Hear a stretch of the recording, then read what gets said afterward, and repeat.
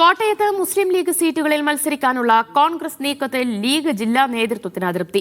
കാഞ്ഞിരപ്പള്ളി പഞ്ചായത്തിലും ചങ്ങനാശ്ശേരി നഗരസഭയിലും പാർട്ടിയുടെ സിറ്റിംഗ് സീറ്റുകളിൽ കോൺഗ്രസ് ഏറ്റെടുക്കാനുള്ള നീക്കമാണ് അതൃപ്തിക്ക് കാരണം. ജില്ലാ പഞ്ചായത്ത് സീറ്റിനായും ലീഗ് സമ്മർദ്ദം ശക്തമാക്കി. നാളെ UDF വീണ്ടും ഉഭയകക്ഷി ചർച്ച നടത്തും. കാഞ്ഞിരപ്പള്ളി പഞ്ചായത്തിൽ ജയിച്ച വാർഡ് ഉൾപ്പെടെ 2 വാർഡുകൾ, ചങ്ങനാശ്ശേരിയിൽ ലീഗിന്റെ ഏക കൗൺസിലർ വിജയിച്ച 28ാം വാർഡ്, ഇവിടെയെല്ലാം കോൺഗ്രസ് സ്ഥാനാർത്ഥികളെ മത്സരിപ്പിക്കാനൊരുങ്ങുന്നതാണ് ലീഗിന്റെ അതൃപ്തിക്ക് കാരണം. ജില്ലാ പഞ്ചായത്തിൽ മുണ്ടക്കയം, എരുമേലി ഡിവിഷനുകളിൽ ഏതെങ്കിലും ഒന്ന് നൽകണമെന്നും ലീഗ് ആവശ്യപ്പെടുന്നു.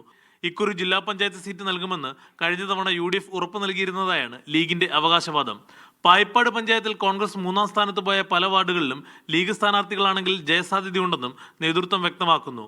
കോട്ടയം നഗരസഭയിൽ 2 സീറ്റ് ലീഗിന് ഉറപ്പ് ലഭിച്ചു.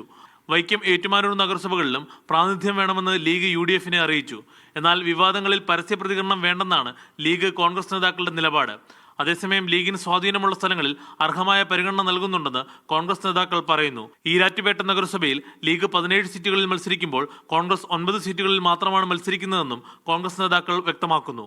മീഡിയ 1 കോട്ടയം.